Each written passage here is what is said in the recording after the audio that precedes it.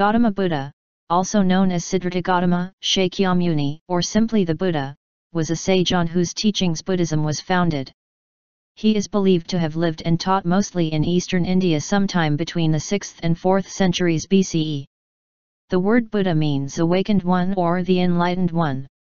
Buddha is also used as a title for the first awakened being in an era.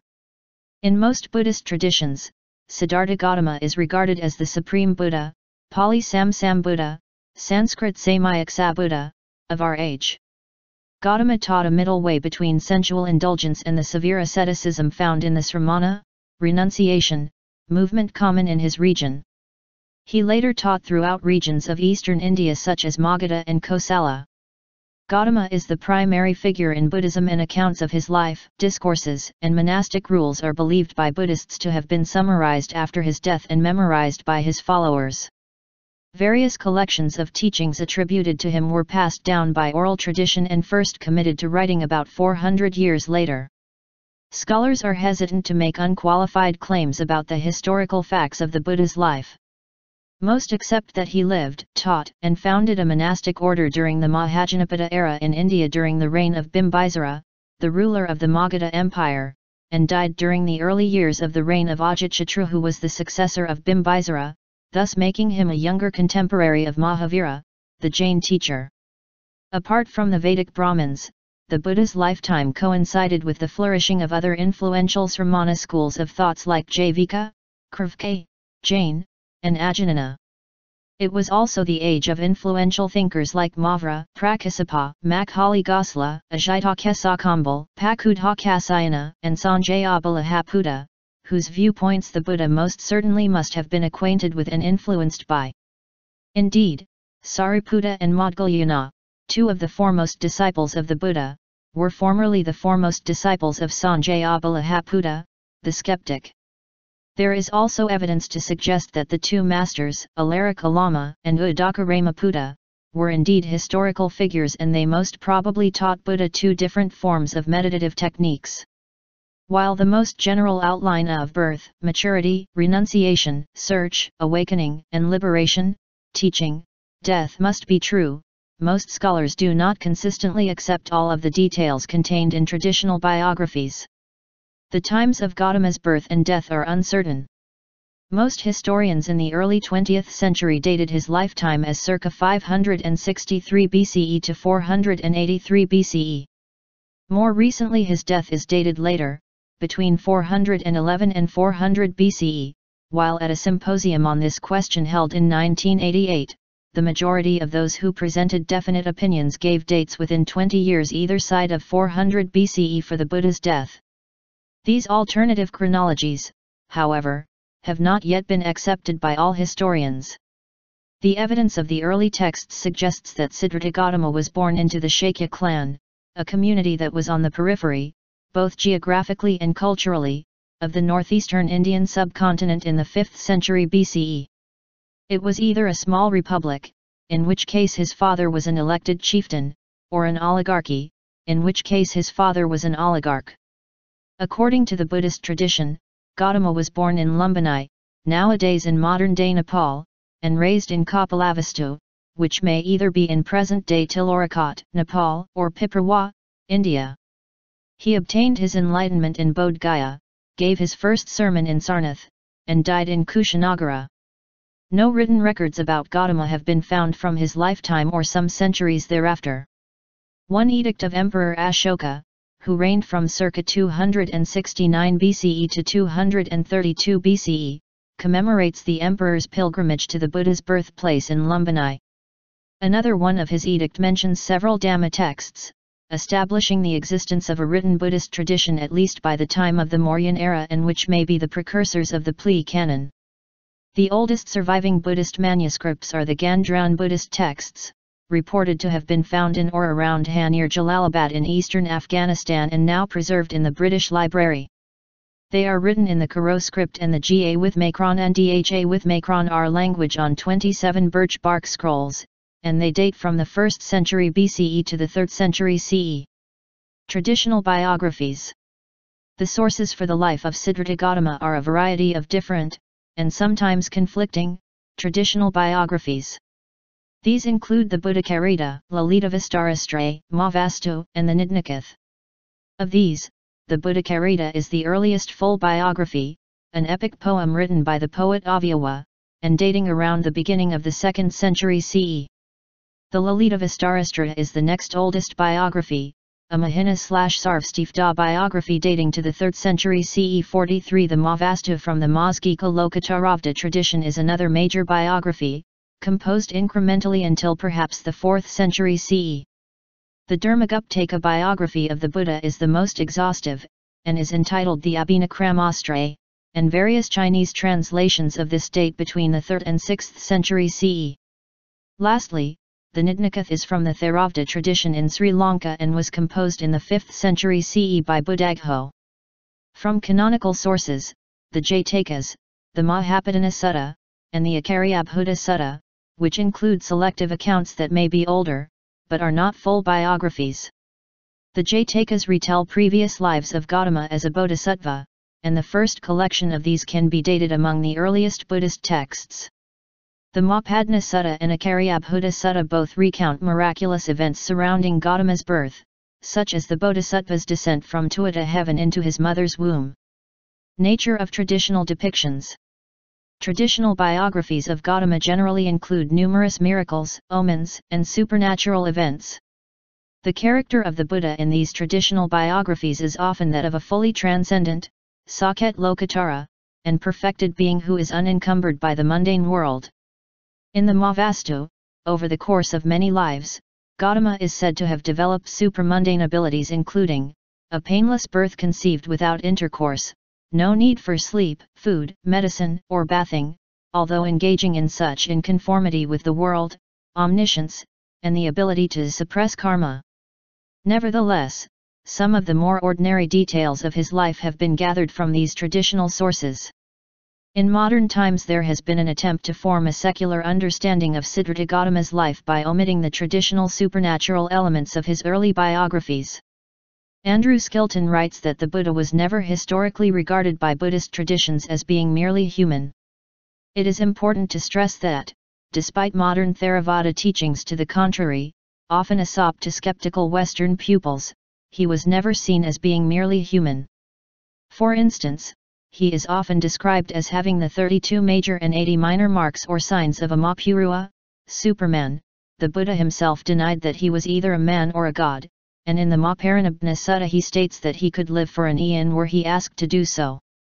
The ancient Indians were generally unconcerned with chronologies, being more focused on philosophy. Buddhist texts reflect this tendency, providing a clearer picture of what Gautama may have taught than of the dates of the events in his life. These texts contain descriptions of the culture and daily life of ancient India which can be corroborated from the Jain scriptures, and make the Buddha's time the earliest period in Indian history for which significant accounts exist. British author Karen Armstrong writes that although there is very little information that can be considered historically sound, we can be reasonably confident that Siddhārtha Gautama did exist as a historical figure. Michael Carruthers goes a bit further by stating that the most general outline of birth, maturity, renunciation, search, awakening, and liberation, teaching, death must be true. Biography. The Buddhist tradition regards Lumbini, present-day Nepal, to be the birthplace of the Buddha. He grew up in Kapilavastu. The exact site of ancient Kapilavastu is unknown. It may have been either Piparwa, Uttar Pradesh, present-day India, or Tilorakot, present-day Nepal. Both places belong to the Sakya territory, and are located only 15 miles apart from each other. Siddhārtha Gautama was born as a Kshatriya, the son of Suddhodana, an elected chief of the Shakya clan, whose capital was Kapilavastu, and who were later annexed by the growing kingdom of Kośala during the Buddha's lifetime. Gautama was the family name. His mother, Queen Mahamaya, Maydev, and Suddhodana's wife, was a Kalian princess. Legend has it that, on the night Siddhārtha was conceived, Queen Maya dreamt that a white elephant with 6 white tusks entered her right side, and 10 months later Siddhārtha was born. As was the Shakya tradition, when his mother Queen Maya became pregnant, she left Kapilavastu for her father's kingdom to give birth. However, her son is said to have been born on the way, at Lumbini, in a garden beneath a sal tree. The day of the Buddha's birth is widely celebrated in Theravada countries as Vesak. The Buddha's birth anniversary holiday is called Buddha Purnima in Nepal and India, as the Buddha is believed to have been born on a full moon day. Various sources hold that the Buddha's mother died at his birth, a few days or 7 days later. The infant was given the name Siddhārtha, Pali, Siddhartha, meaning he who achieves his aim. During the birth celebrations, the hermit seer Asita journeyed from his mountain abode and announced that the child would either become a great king, Chakravartin, or a great holy man. By traditional account, this occurred after Siddhartha placed his feet in Asita's hair and Asita examined the birthmarks. Suddhodana held a naming ceremony on the 5th day, and invited 8 Brahmin scholars to read the future. All gave a dual prediction that the baby would either become a great king or a great holy man. Kundanya, Pali, Kondana, the youngest, and later to be the first arahant other than the Buddha, was reputed to be the only one who unequivocally predicted that Siddhartha would become a Buddha.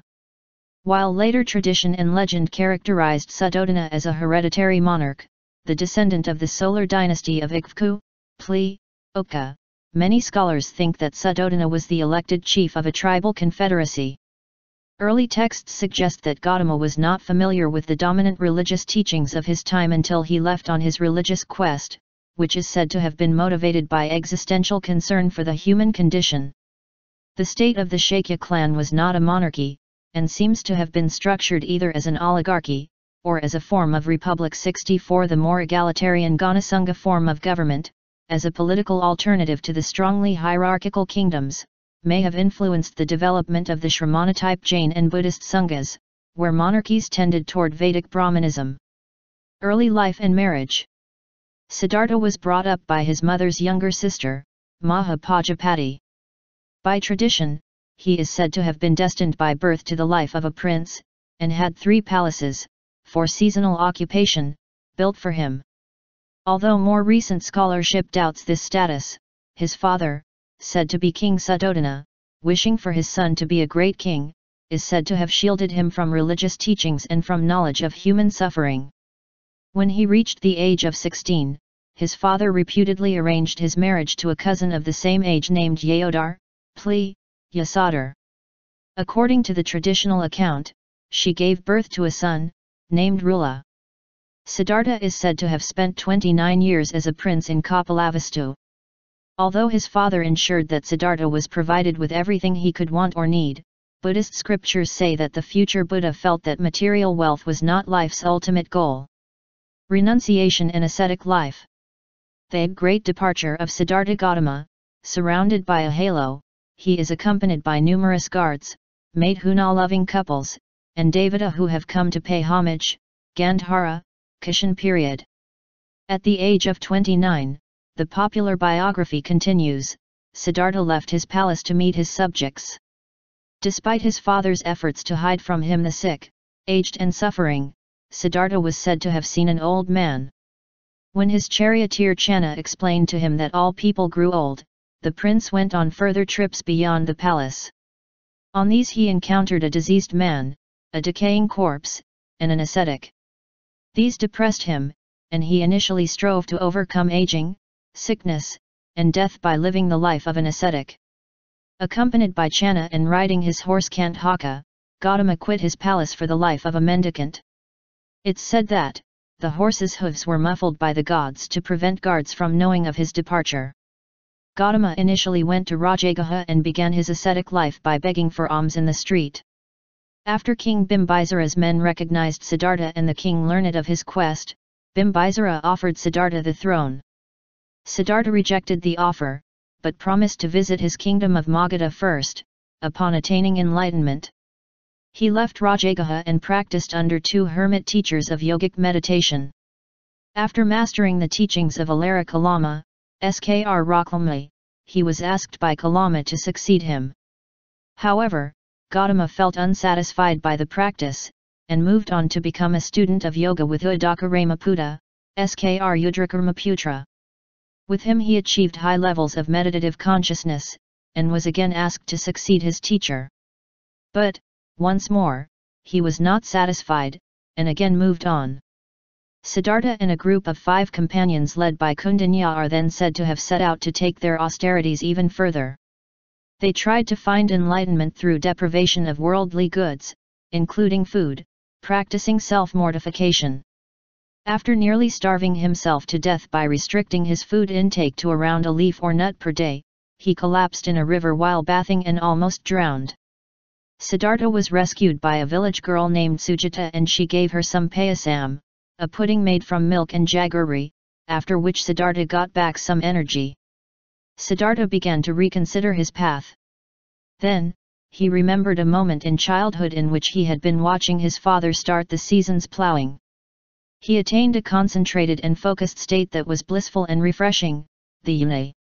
According to the early Buddhist texts, after realizing that meditative dhyana was the right path to awakening, but that extreme asceticism didn't work, Gautama discovered what Buddhists call the middle way, a path of moderation away from the extremes of self-indulgence and self-mortification, or the Noble Eightfold Path, as was identified and described by the Buddha in his first discourse, the Dhammacakkappavattana Sutta. In a famous incident, after becoming starved and weakened, he is said to have accepted milk and rice pudding from a village girl named Sujata. Such was his emaciated appearance that she wrongly believed him to be a spirit that had granted her a wish. Following this incident, Gautama was famously seated under a peepal tree now known as the Bodhi tree in Bodh Gaya, India, when he vowed never to arise until he had found the truth. 74 Kundanya and 4 other companions, believing that he had abandoned his search and become undisciplined, left. After a reputed 49 days of meditation, at the age of 35, he is said to have attained enlightenment. 74 Web 13 According to some traditions, this occurred in approximately the 5th lunar month, while, according to others, it was in the 12th month. From that time, Gautama was known to his followers as the Buddha or Awakened One. Buddha is also sometimes translated as the Enlightened One. According to Buddhism, at the time of his awakening he realized complete insight into the cause of suffering, and the steps necessary to eliminate it. These discoveries became known as the Four Noble Truths, Web 13, which are at the heart of Buddhist teaching. Through mastery of these truths, a state of supreme liberation, or nirvana, is believed to be possible for any being. The Buddha described nirvana as the perfect peace of a mind that's free from ignorance, greed, hatred, and other afflictive states, or defilements, kills. Nirvana is also regarded as the end of the world, in that no personal identity or boundaries of the mind remain. In such a state, a being is said to possess the 10 characteristics, belonging to every Buddha.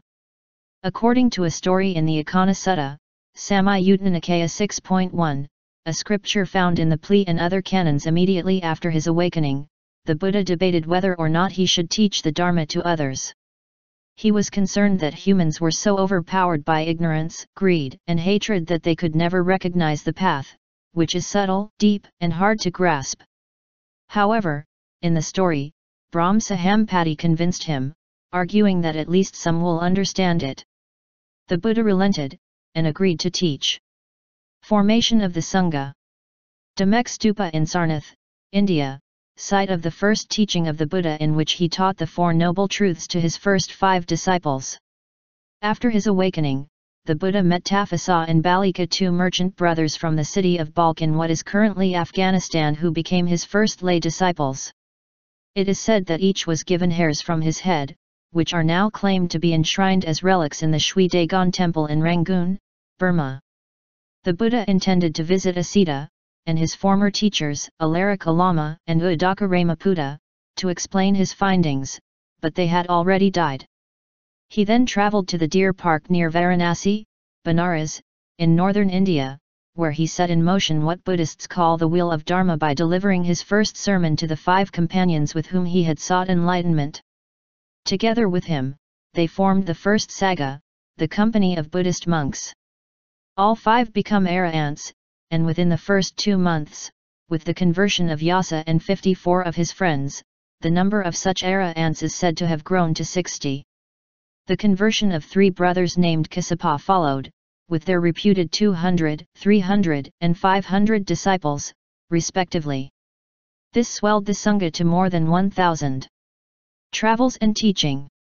Buddha with his protector Vajrapani, Gandhra, 2nd century CE, Ostasiatisk Kunstmuseum. For the remaining 45 years of his life, the Buddha is said to have travelled in the Gangetic Plain, in what is now Uttar Pradesh, Bihar, and southern Nepal, teaching a diverse range of people, from nobles to servants, murderers such as Angulimala, and cannibals such as Alavaka. Although the Buddha's language remains unknown, it's likely that he taught in one or more of a variety of closely related Middle Indo-Aryan dialects, of which Pali may be a standardization. The Sangha travelled through the subcontinent, expounding the Dharma. This continued throughout the year, except during the 4 months of the Vesan rainy season when ascetics of all religions rarely travelled. One reason was that it was more difficult to do so without causing harm to animal life. At this time of year, the Sangha would retreat to monasteries, public parks, or forests, where people would come to them. The first Vasana was spent at Varanasi when the Sangha was formed. After this, the Buddha kept a promise to travel to Rajagaha, capital of Magadha, to visit King Bimbisara. During this visit, Sariputta and Maudgalyayana were converted by Assaji, one of the first 5 disciples, after which they were to become the Buddha's 2 foremost followers. The Buddha spent the next 3 seasons at Valovana Bamboo Grove Monastery in Rajagaha, capital of Magadha. Upon hearing of his son's awakening, Suddhodana sent, over a period, 10 delegations to ask him to return to Kapilavastu. On the first 9 occasions, the delegates failed to deliver the message, and instead joined the Sangha to become Arahants. The 10th delegation, led by Kalyadai, a childhood friend of Gautama's, who also became an Arahant, however, delivered the message. Now 2 years after his awakening, the Buddha agreed to return, and made a 2-month journey by foot to Kapilavastu, teaching the Dharma as he went. At his return, the royal palace prepared a midday meal, but the Sangha was making an alms round in Kapilavastu. Hearing this, Suddhodana approached his son, the Buddha, saying, "Ours is the warrior lineage of Mahamasada, and not a single warrior has gone seeking alms." The Buddha is said to have replied, "That is not the custom of your royal lineage. But it is the custom of my Buddha lineage. Several thousands of Buddhas have gone by seeking alms." Buddhist texts say that Suddhodana invited the Sangha into the palace for the meal, followed by a Dharma talk. After this he is said to have become a Sotapanna. During the visit, many members of the royal family joined the Sangha. The Buddha's cousins Ananda and Anuruddha became 2 of his 5 chief disciples. At the age of 7, his son Rahula also joined, and became one of his 10 chief disciples. His half-brother Nanda also joined and became an Arahant. Of the Buddha's disciples, Sariputta, Maudgalyayana, Mahakasyapa, Ananda, and Anuruddha are believed to have been the 5 closest to him. His 10 foremost disciples were reputedly completed by the quintet of Upali, Subhodhi, Rahula, Mahakaccana, and Punna. In the 5th Vasana, the Buddha was staying at Mahavana near Vassali when he heard news of the impending death of his father. He is said to have gone to Suddhodana and taught the Dharma, after which his father became an Arahant. The king's death and cremation was to inspire the creation of an order of nuns. Buddhist texts record that the Buddha was reluctant to ordain women.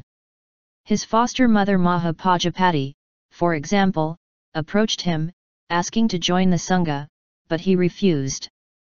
Mahapajapati, however, was so intent on the path of awakening that she led a group of royal Sakyan and Kalyan ladies, which followed the Sangha on a long journey to Rajagaha. In time, after Ananda championed their cause, the Buddha is said to have reconsidered and, 5 years after the formation of the Sangha, agreed to the ordination of women as nuns. He reasoned that males and females had an equal capacity for awakening. But he gave women additional rules, Vinaya, to follow. According to the Mahaparinibbana Sutta of the Pali Canon, at the age of 80, the Buddha announced that he would soon reach parinirvana, or the final deathless state, and abandon his earthly body. After this, the Buddha ate his last meal, which he had received as an offering from a blacksmith named Kunda. Falling violently ill, Buddha instructed his attendant Nanda to convince Kunda that the meal eaten at his place had nothing to do with his passing and that his meal would be a source of the greatest merit as it provided the last meal for a Buddha. Web 14 Metanando and von Heinehuber argue that the Buddha died of mesenteric infarction, a symptom of old age, rather than food poisoning. The precise contents of the Buddha's final meal are not clear, due to variant scriptural traditions and ambiguity over the translation of certain significant terms. The Theravada tradition generally believes that the Buddha was offered some kind of pork, while the Mahayana tradition believes that the Buddha consumed some sort of truffle or other mushroom. These may reflect the different traditional views on Buddhist vegetarianism and the precepts for monks and nuns. Whaley suggests that Theravadins would take Sukkara Madeva, the contents of the Buddha's last meal, which can translate as pig soft, to mean soft flesh of a pig. However, he also states that pig soft could mean pig's soft food, that is, after Newman, a soft food favored by pigs, assumed to be a truffle. He argues, also after Newman, that as Pali Buddhism was developed in an area remote to the Buddha's death, the existence of other plants with Sukkara, pig, as part of their names and that, plant names tend to be local and dialectical could easily indicate that Sukkara Madeva was a type of plant whose local name was unknown to those in the Pali regions. Specifically, local writers knew more about their flora than Theravadin commentator Buddhaghosa, who lived hundreds of years and kilometers remote in time and space from the events described. Unaware of an alternate meaning and with no Theravadin prohibition against eating animal flesh, Theravadins would not have questioned the Buddha eating meat and interpreted the term accordingly. Ananda protested the Buddha's decision to enter parinirvana in the abandoned jungles of Koinra, present-day Kushinagar, India, of the Malla kingdom.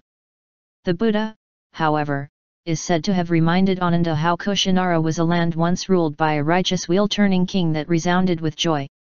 44.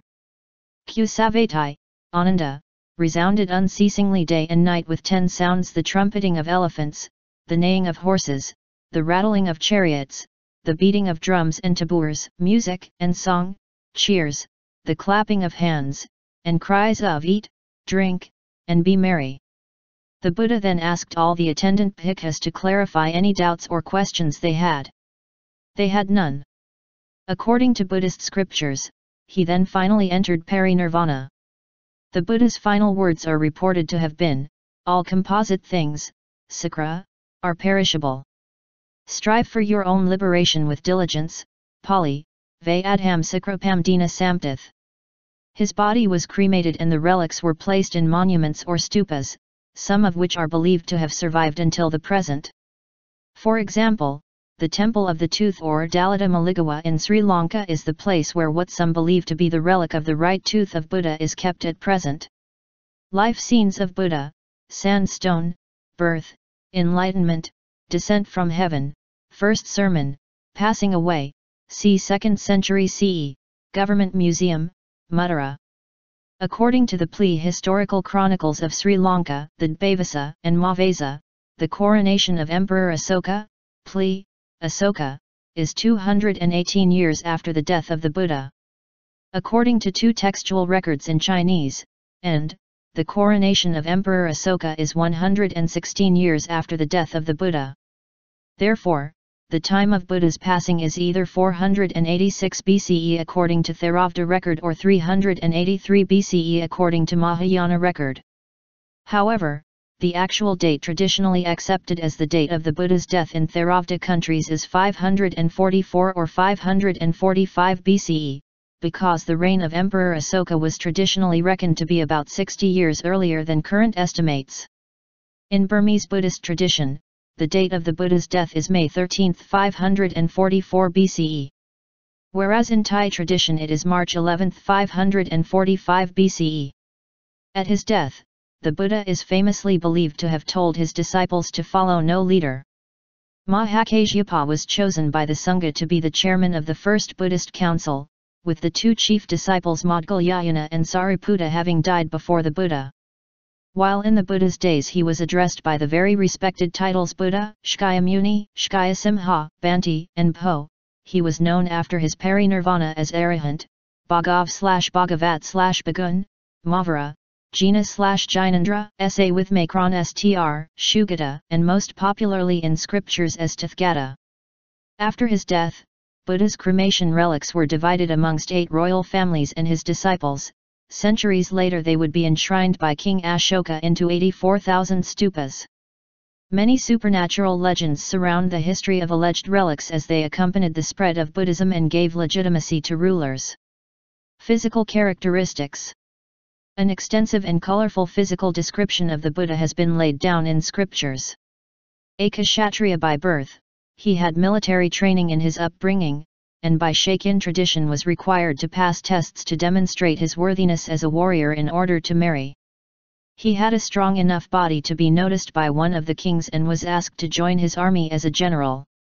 He is also believed by Buddhists to have the 32 signs of the great man.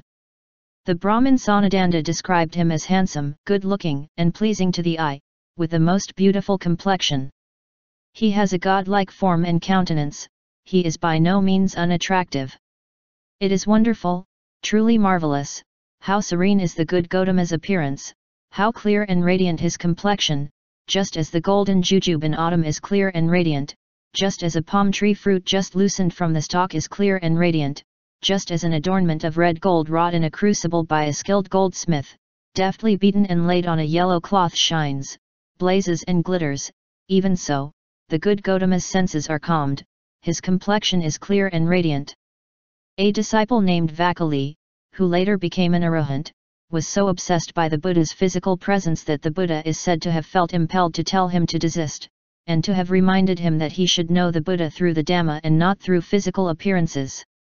Although there are no extant representations of the Buddha in human form until around the 1st century CE, see Buddhist art, descriptions of the physical characteristics of fully enlightened Buddhas are attributed to the Buddha in the Dingha Nikaya's Lakha Sutta, d.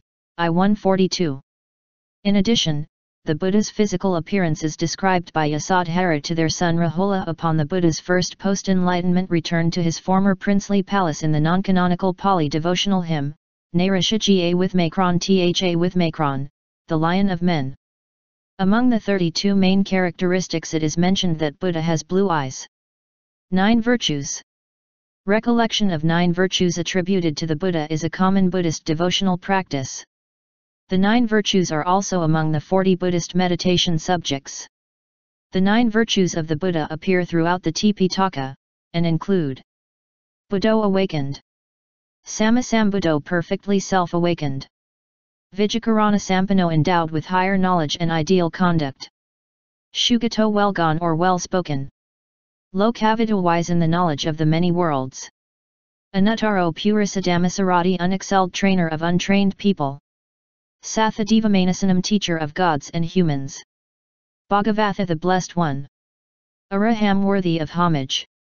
An arahant is one with taints destroyed, who has lived the holy life, done what had to be done, laid down the burden, reached the true goal, destroyed the fetters of being, and is completely liberated through final knowledge. Tracing the oldest teachings.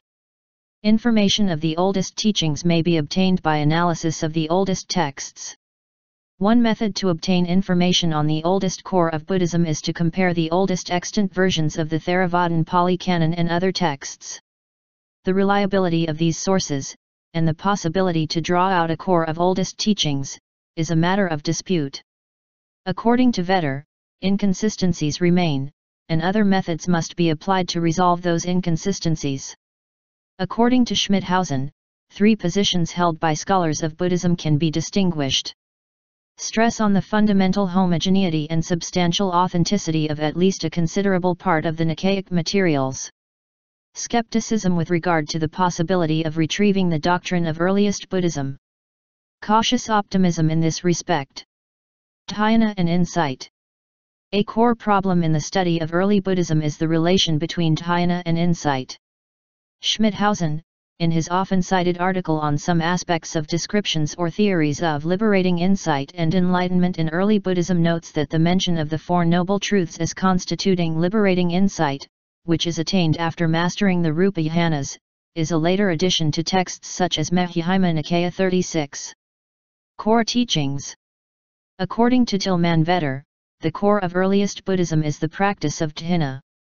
Bronkhorst agrees that dhyana was a Buddhist invention, whereas Norman notes that the Buddha's way to release was by means of meditative practices. Discriminating insight into transiency as a separate path to liberation was a later development. According to the Māsakkaka Sutta, from the fourth dhyana the Buddha gained bodhi. Yet, it is not clear what he was awakened to.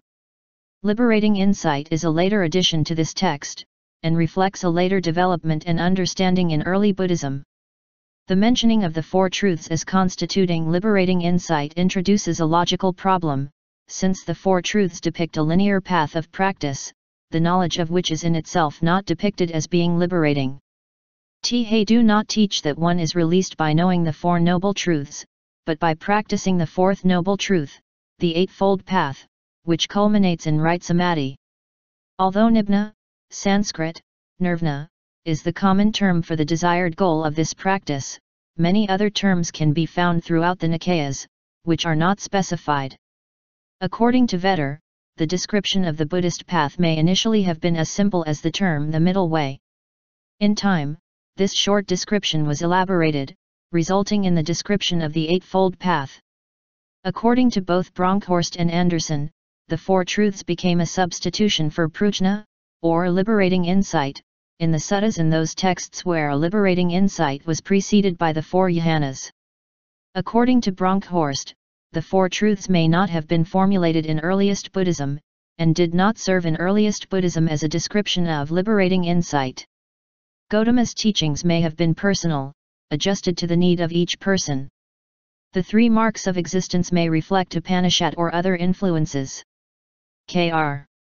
Norman supposes that these terms were already in use at the Buddha's time, and were familiar to his listeners. The Brahmavihara was in origin probably a Brahmanic term, but its usage may have been common to the Sramana traditions. Later developments. In time, liberating insight became an essential feature of the Buddhist tradition. The following teachings, which are commonly seen as essential to Buddhism, are later formulations which form part of the explanatory framework of this liberating insight. The Four Noble Truths, that suffering is an ingrained part of existence, that the origin of suffering is craving for sensuality, acquisition of identity, and annihilation, that suffering can be ended, and that following the Noble Eightfold Path is the means to accomplish this. The Noble Eightfold Path: right view, right intention, right speech, right action, right livelihood, right effort, right mindfulness, and right concentration. Dependent origination: the mind creates suffering as a natural product of a complex process. Some Hindus regard Gautama as the ninth avatar of Vishnu. The Buddha is also regarded as a prophet by the Ahmadiyya Muslims and a manifestation of God in the Bahá'í faith.